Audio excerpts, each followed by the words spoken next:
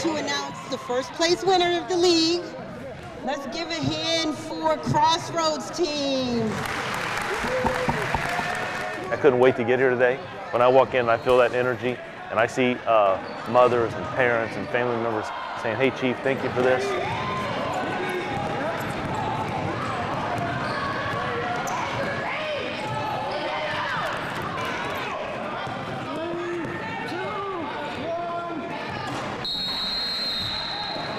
When I got here in July, when I did kind of an assessment of the police department, I understood that at one time we had a police athletic league, but it had gone away. One of the key focus points that I wanted to do when I got here was focus on youth and community, right? So we talked, and I made it very clear to the organization that I want to impact youth. I want to interact with youth in our community. I want them to see us in a different light. So the first thing I wanted to do was start a Chiefs Challenge.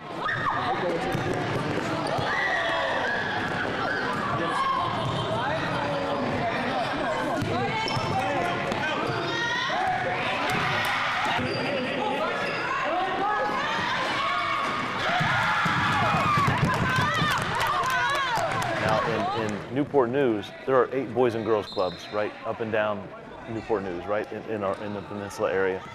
We took a team from each boys and girls club, middle school age, right, 12, 13, and 14, and I asked for volunteers from the police department to be coaches. Now, I wanted them to interact with those young men one night a week for about an hour and a half and practice basketball, right, to interact with them. And then we would play our games on Saturday, right here, at this beautiful facility, the new basketball floor that was dedicated by Mr. Iverson, and I thought it would be a great place to bring the community together and kids playing basketball. But I wasn't sure how much volunteer, I'm not sure what the output would be from the department. I was a little unsure, but I will tell you, I had 8 men, and it was important for me to get 8 men that wanted to interact with youth, that volunteered, and they have completely loved it. So basketball is just a part of your life, but real life is what you got to deal with for the rest of your life. We all have our own stories and backgrounds of where we come from. I'm from downtown Newport News. I know it's a couple teams that are from downtown Newport News as well. So I'm from the same community that you guys are playing in now. But I want to let you guys know that regardless of where you come from, don't let that dictate your future. Image I had about police officers growing up was you don't talk to them. They're out here to hurt you. They're out here to arrest you. All they want to do is put you in jail. They don't care about us. Okay, well, that's not how it is, okay? All throughout the country, we see stuff on social media about how police officers and, the citizens react, but this is what you don't see. So what I challenge you all to do is to find your passion and push through that jadedness that you may come into contact with. Because more than anything, our passion is being here with you guys. Belief is everything in life. Whatever you believe you can do, you can do it. You all have a chance. You guys are young. You have a chance to make the right decision. I see these young men that come here and talk to these guys. They don't call them Officer so-and-so. They don't say Officer Brayboy. They don't say Officer Grayhouse. They say Coach, right? They're talking to them during the week. They're interacting with them. When a mother calls me and tells me that her son wants to play but didn't have shoes to play, and I find out that the coach of that team went out and got her son shoes to play, that's the kind of stuff I'm talking about. That's community policing at its very foundation.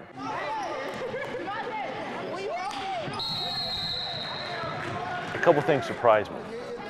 When I see the stands, that young people, their friends coming off the street and coming in here to watch basketball. When I see community members coming here, the mayor has been here, city council members have been here, the city administration has been here. When I see families, right? Even fathers of coaches, fathers of officers who are coming to watch their son coach basketball, coach these young men. I mean, it hits you, right? It gets to me, and it means a lot to me. But the last couple of weeks, I've seen more and more uniforms in the stand.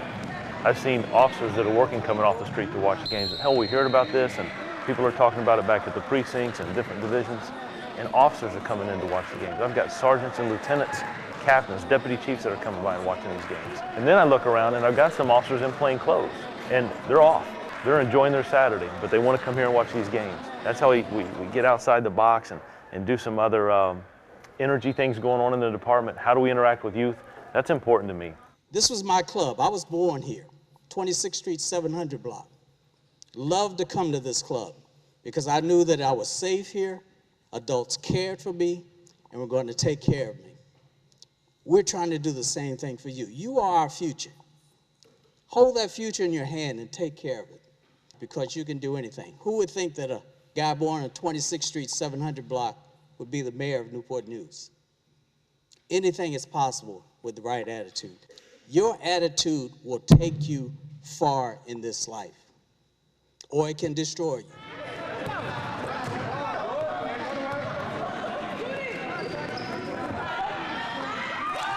So I see it grow and grow. When we first started, there were a couple people in the stands, and now I'm feeling energy in there. So we played our league, right? We played 8 weeks of basketball, and then today we have our tournament. It's kind of our own version of March Madness, right? January Madness. It's a single elimination tournament, all 8 teams.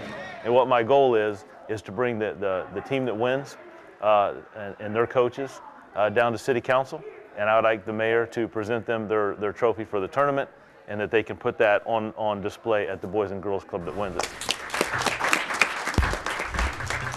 And if I may, Chief, I'd just like to thank them. I'd like to thank the Boys and Girls Club for partnering with the police department. There were at least 20 police officers there in that building, and I'm talking about police officers who were not on duty, who took the time from all sections of the city to come down and show these kids that they care. I want to thank referees who were there all day, and he did a great job, by the way. It was just a pleasure to see the kids and young adults participate, give it all they had with respect. They acted well, and they did represent themselves and the club in a way that we're all proud of. And I hope you are understanding that this community values what you are doing, values that you're going to do well in school and continue what you're doing, and we really thank you for that. Our interaction here is just, to me, it's just amazing. It's our first event as we bring back our Police Athletic League where we're interacting with youth. But I will tell you, I got cornered a couple weeks ago. A group of girls came up to me and they said, "Chief, we want to talk to you." And I said, "Oh, what did I do?" And they said, "Look, you're doing all this stuff for the boys. What are you doing for us?" So our next event, we got to find something to interact with girls. We kind of brainstormed a little bit. I put some feelers out in the department, and I've got female officers who are like, we would love to interact. Talked with Dr. Parker. I've talked to school principals and assistants.